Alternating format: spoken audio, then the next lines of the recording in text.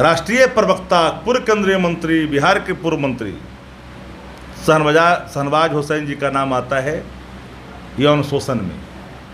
पीड़िता जाकर के थाना में एफआईआर दर्ज कर दी जाती है, एफआईआर नहीं लिया जाता, उसके अगेंस्ट वो हाई कोर्ट जाती है। हाई कोर्ट का निर्णय आता है, आदेश आता है एफआईआर दर्ज करने के लिए। गुजरात में जब नरेंद्र भाई मोदी जी गुजरात के मुख्यमंत्री थे तो क्षमा याचना वाले कानून को रद्द कर दिया था 13 में, मुख्यमंत्री रहते भर में। उन्हीं की सरकार ने गैंग रेप करने वालों को क्षमा दान दिया है। किसी की बात पर भरोसा मत करो।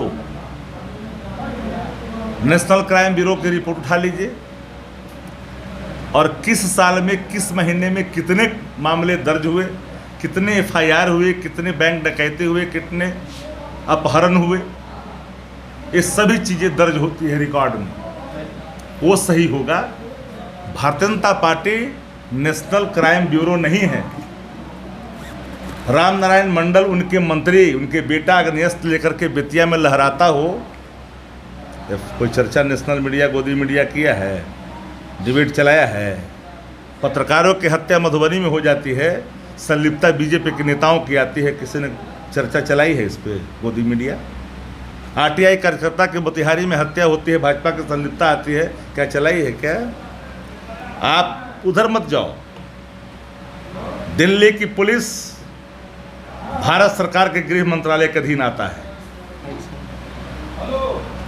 2018 में राष्ट्रीय प्रवक्ता, पूर्व केंद्रीय मंत्री, बिहार के पूर्व मंत्री शहनवाज हुसैन जी का नाम आता है यौन शोषण में। पीड़िता जाकर के थाना में एफआईआर दर्ज कर दी जाती है, एफआईआर नहीं लिया जाता, उसके अगेंस्ट वो हाई कोर्ट जाती है।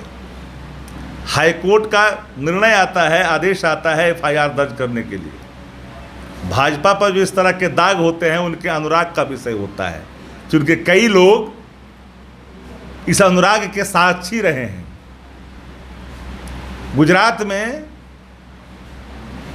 जब नरेंद्र भाई मोदी जी गुजरात के मुख्यमंत्री थे तो क्षमा याचना वाले कानून को रद्द कर दिया था 13 में, मुख्यमंत्री रहते भर में। उन्हीं की सरकार ने गैंग रेप करने वालों को क्षमा दान दिया है। माला कौन पहना रहा है, गुड़ कौन लग रहा है, पुष्प गुलदस्ता कौन दे रहा है? भाजपा का नेता। इनका कोई चरित्र है क्या? ये भारत जलाओ पार्टी का कोई चरित्र है क्या?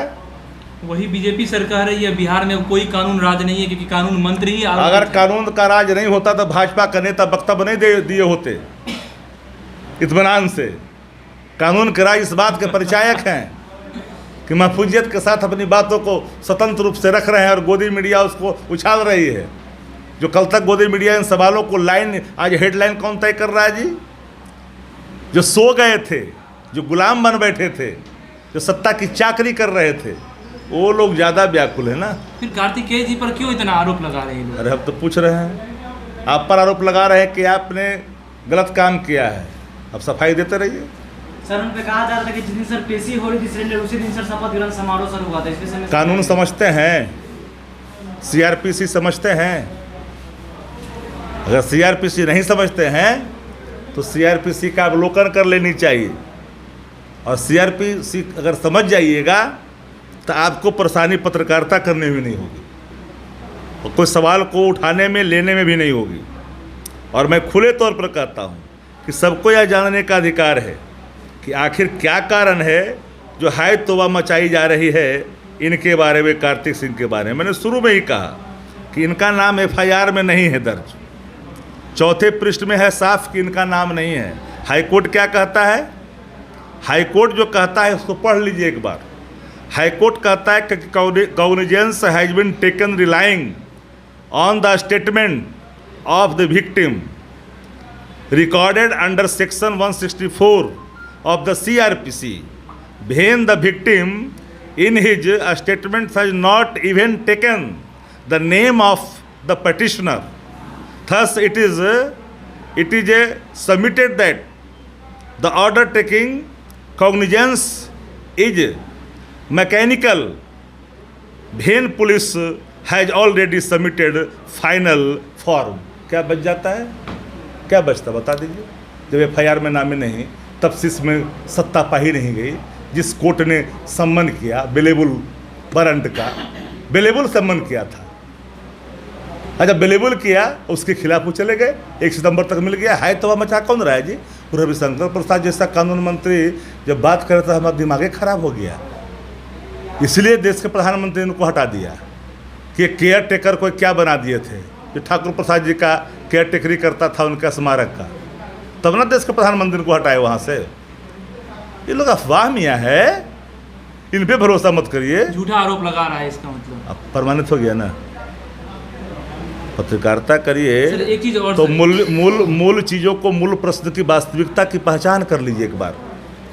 Thank you. सर जितने भी आरजेडी विधायक हैं, जितने भी उन पर आरोपित केस है, सारा को डेटा दिखा रहे हैं। जैसे ललित यादव जी पर एक, उसके बाद बहुत सारे ऐसे वंस अपॉन ए टाइम जो आरोप लगे थे वो खत्म हो चुके। सर वो तो ये भी कर रहे हैं कि जो उनके आप जब गठबंधन में थी सरकार, तो मेवालाल जैसे थे तो उन्हें तुरंत बर्खास्त और निर्णायक निर्णय दिया गया था, लेकिन जिनके खिलाफ स्थापित तौर पे साक्ष्य पाए जाएंगे 2 सेकंड के अंदर में उनको डाउन कर दिया जाएगा।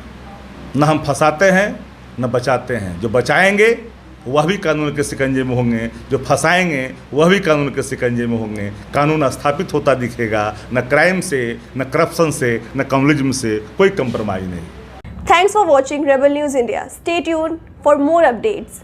Don't forget to like, share and subscribe.